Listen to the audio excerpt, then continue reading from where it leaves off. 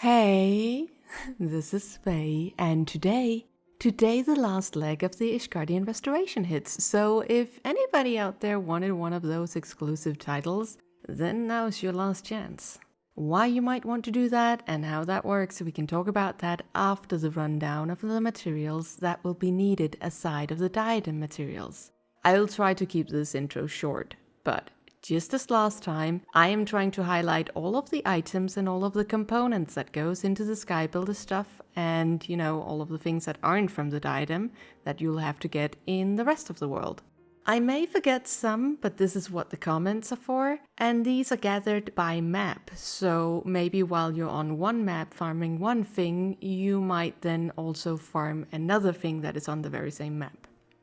So starting out in middle Noscea, here you'll both find the sunset wheat and the straw. And these are on the same gathering nodes right outside of Somerset Farms. Both of these things can be bought, if memory serves, in the Culinarian Guild and the Weaver Guild respectively, so maybe don't waste your time going out to farm these.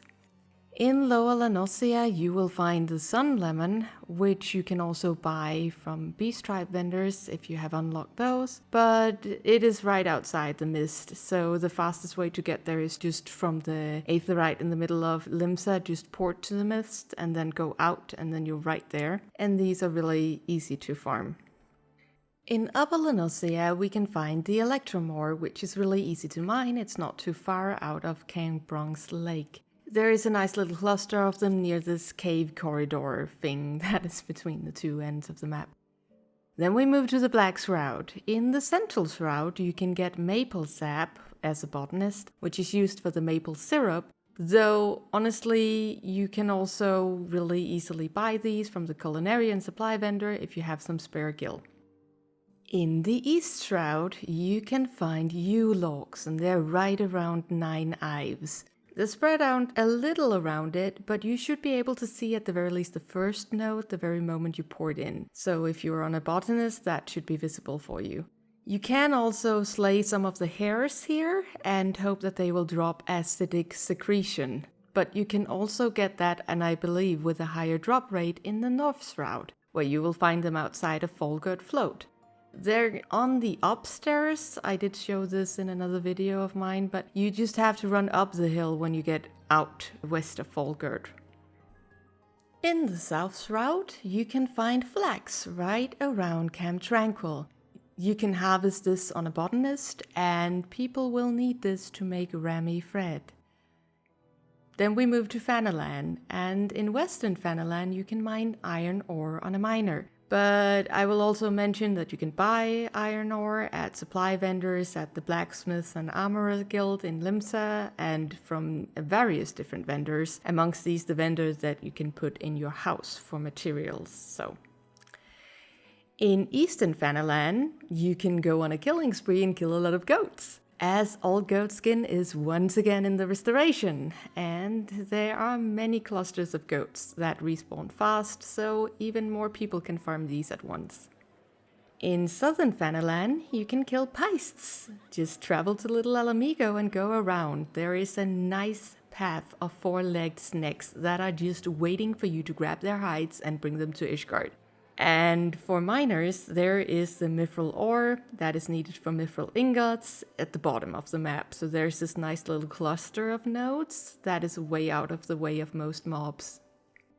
Moving on to Central Coerthas, you can find caracal to kill for their fleece in several spots here. These will be needed for woolen yarn. If you have a botanist, you can also pick up some mistletoe while you're there. In Western Coerthas Highlands, a botanist will find rue, and a miner will find mithrite sand needed for dwarven mithril nuggets, as well as mithrite ore that is needed for dwarven mithril ingots. The Dravanian Forelands are also a lovely place where you can kill bears for their fat, and mine titanium from the hidden nodes for some titanium nuggets. Although I will say that for this, it might be a good idea to ask your retainers to do that for you if you have a retainer that's a miner, because they can get this guaranteed. You can also use a botanist to take down some dark chestnut logs for some dark chestnut lumber, or some stock of Rami that you will use as the other ingredient in Rami Thread. In the Churning Mists, you can find Cloud Mica for the Cloud Mica Whetstones. They are a little out of the way of everything else, and there is not anything else on the map that you need for the restoration, so you might be lucky that nobody else on your server bothered to go out and get this. In the fringes, a botanist can get kudzu vine, needed for kudzu thread, and then you can make kudzu cloth. And holy basil, you can get that from the very same node, so that is super time efficient, if you want to farm both at least. You can also mine some Gurabanian alumen, which is right around the river, where the nodes are scattered on both sides of the banks. Use hide here or be eaten by a crocodile. The crafters will need the alumen to make tiger leather. In the peaks, you can find slate for Slate Whetstone on a miner. If you run around these nodes that are scattered around this water delta, it can be a little tricky to find them, but yeah, they are in this general area. If you're not afraid of working underwater, you can go to the Ruby Sea and harvest some ruby cotton balls underwater, which seemingly spawn on the kelp stalks around there, I don't know. These are needed for making ruby cotton yarn, which people will need if they want to make kudzu cloth. In Yangsha, you can cut down some pine logs for some pine lumber, or you can mine some Domen iron ore that people will need for Oroshigane Ingots. You can also kill some tigers for tiger skin that people will need for tiger leather. These skin can also drop from the big felines in the Azim steppe though. So if you are there anyways on another business, then might as well, this is gonna sound horribly, but kill some kittens. Minor spoilers for the maps for Shadowbringers, so if you are not here yet, or if you're not there yet, then these were all the maps and items that were relevant for you, and I thank you so much for watching. Alright, are we all good on spoilers for maps for Shadowbringers? 3, 2, 1. Right, so in Lakeland, you can find demythril ore right outside of Fort Job, and somebody will need that in order to make Dwarven Mythril Ingots. A botanist can cut down some lignum vitae logs, which can be made into lignum vitae lumber, which is also needed. In the very northern parts of Amarang, you will find the Owim, that are these goats. And last time we killed them for their fleece, but this time around we are killing them for their meat. Maybe you kept the meat last time that we went on a genocide of these fellers, and if so, then congratulations, because the winner is you. These can also be bought for bicolored gemstones. A miner can also mine some demythrite sand here, which will be needed for crafters to make the Dwarven Mythril Nuggets. In the upper part of Kalusia, you can find the Dwarven Cotton balls right outside of Tomra, so the south, and these are needed to make Dwarven Cotton. Finally, in the Tempest, you can kill creepy blobs known as Kubus to get Kubus flesh, which you can also purchase for bicolored gemstones if you happen to have anything on hand. I may have forgotten something, but focus here has been on getting this out on the first day preferably, so I got to work on this as soon as I came home, and this is out as absolutely fast as I can, and there will be many things I would wish I could do better or retake. But I guess the faster it is out to you guys, the more you can get to profit, and the more you can also get to help the people that are desperately trying to get the title. Now, this process was vastly helped by the wonderful Fran, who was kind enough to compile a list for you guys, which lists all of the needed items listed by crafters, and this will be in the description as well.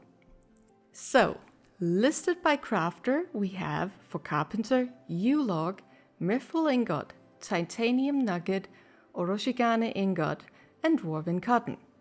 For blacksmith, we have Iron Ore, Cobalt Ore, Dark Chestnut Lumber, Pine Lumber, and Dwarven Mythril Nugget. For armorer we have Iron Ore, Cobalt Ore, Cloud Mica Whetstone, Tiger Leather, and Dwarven Mythril Nugget. For Gemsmith, we have Iron Ore, Electrum Ore, Cloud Mica Whetstone, Slate Whetstone, and Dwarven Mythril Ingot. For Leatherworker, we have Aldgoat Skin, Piced Skin, Ramie Thread, Kudzu Cloth, and Dwarven Cotton. For Weaver, we have Straw, Woolen Yarn, Straw again, Tiger Leather, and Lignum Vitae Lumber. For Alchemists, we have Acidic Secretions, Mistletoe, Rue, Bear Fat, and Kubus Flesh. And for Culinarian, we have Maple Syrup, Sunset Wheat Flour, Sun Lemon, Holy Basil, and Owen Meat. Now the rankings will go from today, the 12th, to the 21st, and the 12 highest ranked crafters and gatherers in each category will get the Saint of the Firmament title, where the 13th to the 100th player in each category will get the Beata Beatus of the Firmament title. I will toss a link to the scoreboard in the description, that way you can see where you ranked. It'll update once per day, and I believe for my time zone it's around 10 o'clock, but I may be wrong about that, and winter time, and I don't even know. But once per day it'll update at the very least. Now, undoubtedly a lot of people will be focusing on this, so if you want to help them, if you have anybody in your FC that just desperately wants this title, or if you just want to make a quick kill in the process, then these were the materials that are not from the diadem that will be needed for each of the recipes. And a lot of the people who are grinding like crazy to get these titles don't have the time or energy to go out and get these themselves. It is a little bit of a hefty PvP contest, this one. I hope you have a wonderful time helping out our busy Ishgardian Restoration enthusiasts. And if you're gonna try for the title, then from the very bottom of my heart, may the odds ever be in your favor. Otherwise, thank you everybody for watching. Have a really wonderful day and happy guild making. Bye!